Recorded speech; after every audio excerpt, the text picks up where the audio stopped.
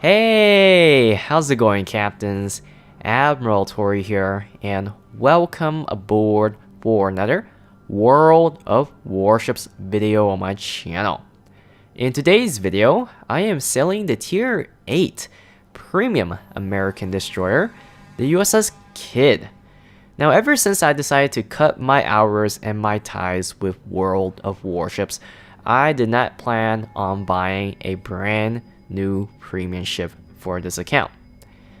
But the USS Kidd was on my radar, and at the last second I made the decision to purchase her. There were several premium ships I really want to buy, and that was how determined I was to not buying another premium ship like the Graf Zeppelin, or I think one of the Italian premium battleship that was Tier 5, I think. There were several premium ships that was really nice to get at the moment, but I decided to not put any more money on this account. So the Kidd, why did I buy the Kidd? Also, in the background, you might notice there is a special battleship, one of the brand new upcoming, I think premium French battleship, if I pronounce it correctly, the Richelieu. I think that was the top of the line French battleship historically speaking, and I might buy her, but let's see in the future once they start releasing new information about the French battleships and the premium ship. So back to the Kidd. Why did I buy the Kidd? What really swung my decision to buy her? Well, before I can talk about my decision, I want to, talk a little bit about the Kidd in terms of what she can do. She is a Fletcher class destroyer. She is no stranger to anyone who played World of Warships for quite some time, because she was introduced in a Naval Legends video from Wargaming very early in the stage of this game, and she was introduced for the fact that she was a Fletcher class destroyer, while all the other Fletchers were decommissioned and scrapped. So the Kidd was very unique in some sense. Now, the difference between the Kidd being Tier 8 compared to the Tier 9 Fletcher class destroyer in this game is that the Kidd has slightly less HP compared to the Fletcher. She is short by 1 torpedo tube, and her torpedoes are weaker than the Fletcher torpedoes, which are very powerful. I believe the Kidd uses the American Tier 8 Benson torpedo, which makes sense. So she was underwhelming when she was first released. I read the comments when they were giving the Kidd a shout out in the website when they do the new premium ships release. They showed like the little article. So I read some of the comments and some of the YouTube comments and what people had to say about the Kidd. People weren't impressed about her, and the reason why is mainly because of her torpedoes, because torpedoes are really the biggest source of damage for destroyers. The Kidd was geared more towards the support aspects of a destroyer role, and that isn't appealing to majority of people in this game. And I'm taking it from the perspective of what people say, because it's pretty common when people show new ships, people will always look for its performance, and when it doesn't perform well enough, people usually just bash on the ship. But for me, I really do love the Kidd. It really does fit what I was looking for, a support style destroyer where it's well concealed. It can actually fend itself against other types of destroyers, because she is a Fletcher class destroyer. She has 5 of these big nice destroyer guns. I don't recall the caliber. It's been a while since I actually play destroyers, but in general I don't play destroyers. But the Kidd, the reason I bought her is because she was a Fletcher class, and I didn't want to go down the line and get the Fletcher. And even if I get the Fletcher, she isn't a premium ship, which means that I'm going to be paying a bill for playing a Tier 9 destroyer. So the Kidd was very interesting to me, because she was a support type of ship for AA escorts and of course smoke. Unfortunately for this gameplay, there isn't much I can do with the Kidd with support, because most of my teammates are just wandering around. So that is, the pitfall of playing a support type of ship. But when the day comes, I will definitely showcase the support with the Kidd if I get a game with it. So the biggest thing with the Kidd is really her anti-air support, and you can see my anti-air going off in shred. I believe these are Lexington planes.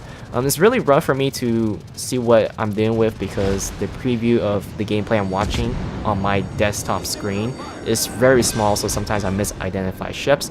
But it's the smoke and the anti-air that makes the kid very unique. Now, like I said, you don't get carriers in every match, and your teammate doesn't always go in with your smoke, so it's hard to get some support gameplay going, but damn, it feels really good when you find those games when you can offer support. And unfortunately, you don't gain as much reward as doing damage in this game, and that's something can't be measured, because if they find a way to measure it, then you just gotta follow the procedure, even if it's not really for support, and you gain some sort of reward which can be abused. That's the reason why Wargaming find it very difficult to implement a reward system for providing players the reward that they wanted for supporting their teammates. So you can see my anti-air going off, and I don't have what you call manual AA and AFT, but she does come with defensive fire and a repair party, which is very nice for an American destroyer at tier 8, and of course her smoke. Now I think one of the consumables can be changed out for engine boost, but I don't need engine boost because since this is a support destroyer, I'm not going to charge into a flag or really need that speed. So yeah, I bought her for the reason that she is a support ship and she's also a Fletcher class destroyer. And look at me pounding on the brand new French battleship. It's quite a nice view from this point on with the kid and shooting at the Richelieu, if I pronounce it correctly. Correct me if I'm wrong, because I heard the name several times, but I keep forgetting how to properly pronounce it, but I'm going to assume it's pronounced Richelieu, okay? So yeah, the kid. I am pounding on this Fiji. I know that the American guns are good when it comes to AP if they show broadside on, but of course the problem with American guns is that shell arc, the heaviness of these shells. So it looks like the Fiji is going to run aground, and I believe someone else is going to kill this Fiji. I took the B flag and the A flag by myself, and we are in a very nice position. They're down 4 ships and we are down 3 ships. We are able to capture 2 flags, and if you look on the minimap, we are actually surrounding an enemy team on the C flag. So the C flag is where the enemy is trapped. So here comes some torpedoes from the Fiji. She thinks I was in the middle of the smoke, but luckily I moved out of the way. The Alabama is going to approach broadside onto me, and right here I just launched torpedoes and stopped shooting. And the reason why I stopped shooting is because I don't play destroyers, so I know there was a smoke change that if you continue to shoot, you might be spotted in the smoke. It's not like the one before the patch, so I thought that I might be spotted in the smoke if I continue shooting, because all it takes is one really good broadside from the Alabama to delete me. But I stopped shooting, and once the torpedoes were almost there and the Alabama guns weren't aiming at me, I decided to shoot again before even I realized that she's at a certain distance that was enough to be concealed. So here comes the Richelieu. She's going to run aground, use the manual AA to target the torpedo bombers. Like I said, I don't have the commander skills, but it does give you a 10% damage boost, I believe. Now, one thing I can note about the kid compared to the Fletcher, the kid does have better anti-air in terms of stats, and she trades that 1 torpedo launcher for an extra bullpup, I believe. So in terms of her I think 128mm guns, her main armaments, they do 10 more DPS compared to the fully upgraded Fletcher. So in theory, the kid has better anti-air than the Fletcher. But the Fletcher can have better anti-air than the kid if I do the calculation correctly, because the Fletcher has the opportunity to upgrade her anti-air even more with the exclusive tier 9 upgrades, one of the upgrades that boosts the anti-air capabilities by I think 40%. So that will probably give the Fletcher an edge over the kid, which is expected because she is a tier 9 destroyer. So it looks like the Gneisenau was going to sell into the B flag, but she was determined to turn away because I was there, and there was also a Fiji right next to me. Enemy team is choking pretty hard. They lost half of their fleet, while we still have a good amount of our fleet. 3/4 of our team is still alive, while the other team only has roughly I guess, I don't know, less than half at least. So we're in a really good position, and the enemy team is choking on the C point. I continue to pound on to the Gneisenau now. At first I was using AP, but when she was turning away, switched to HE, and she disappeared in the Cyclone. Now at this point, one of our friendly battleship, which is the Monarch, is going to sail by us, and at that point I decided to try to turn around and escort the Monarch. So the way I play destroyers, especially Americans, is that I try to stick with battleships. I don't really lone wolf, as I have seen with experience several other destroyers. Sometimes it's a thing that people do when they lone wolf because that's the way to play destroyers, but with American destroyers, I don't lone wolf as often as most other destroyer players I have seen.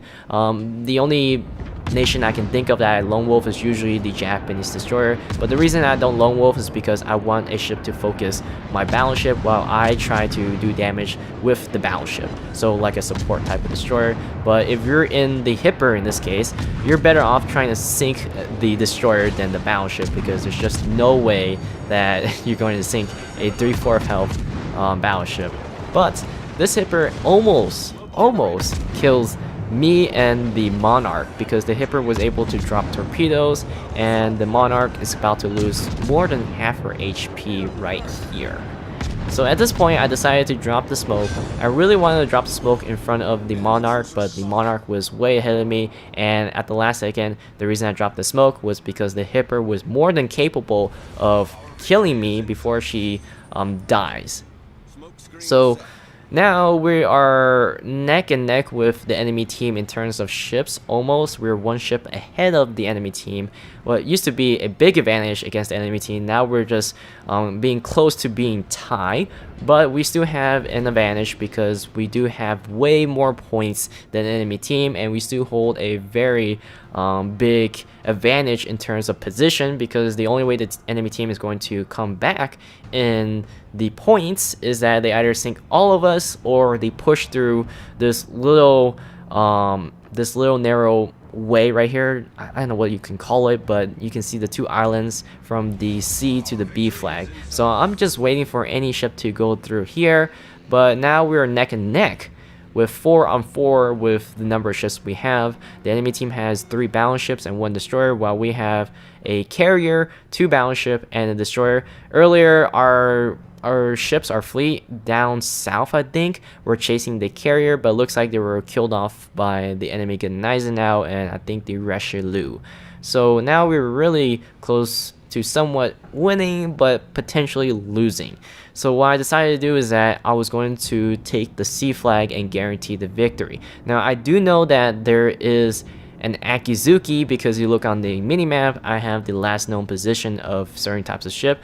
And in this, this late in the game, I was assuming that the Akizuki in the C flag was doing something and she might have taken a lot of damage. Unfortunately, she is 3/4 health in HP, while I am less than half health, and you kind of guess what's going to happen. Yeah, I'm going to lose against an Akizuki. Now, magically, I was able to do a lot of damage because most of my shells are landing on the Akizuki, and the great thing about the Fletcher hull is that you can pretty much aim all of your guns at a decent angle, but eventually, having more HP and powerful 100mm guns, the Akizuki is going to win against me. I was hoping to drop some torpedoes against the Akizuki, but the Akizuki was smart enough to dodge those torpedoes. So now we're short by 1 ship, but we should be able to win. But that North Carolina is very low, and I think our Monarch is also low because earlier she got torpedoed by the Hipper. And our Enterprise, although we do have an Enterprise, while the enemy team does not have their Lexington anymore, we should have the air advantage. The Enterprise is going to charge into the C flag, and you can kind of guess how disastrous this game was. We went from a big advantage with having more ships, 2 flags, and a 300-point lead to about to be nothing. So Yeah, it was a disappointing game, but it was a great game to me because I was able to have some fun with the kid. So here comes the Monarch, and the Gneisenau now that was almost dead earlier that I was shooting at is now a third HP against a quarter HP Monarch, and eventually the Gneisenau now is going to kill the Monarch, I think. And she's also getting assistance from another ship. The North Carolina was sunk earlier, and here comes our Enterprise. She's going to try to take out the Akizuki. I'm not sure why the Enterprise was decided at the last moment to charge into the sea flag. She ate some torpedoes, and yeah, here comes another set of torpedoes from the Akizuki with her torpedo reload consumable, and there goes the Enterprise, and soon would be the Monarch. We could have won this game if the Enterprise and Monarch decided to flee, but yeah, it was a very disastrous battle. Aside from that, I hope you guys enjoyed this video, and I will see you guys next time on World of Warships.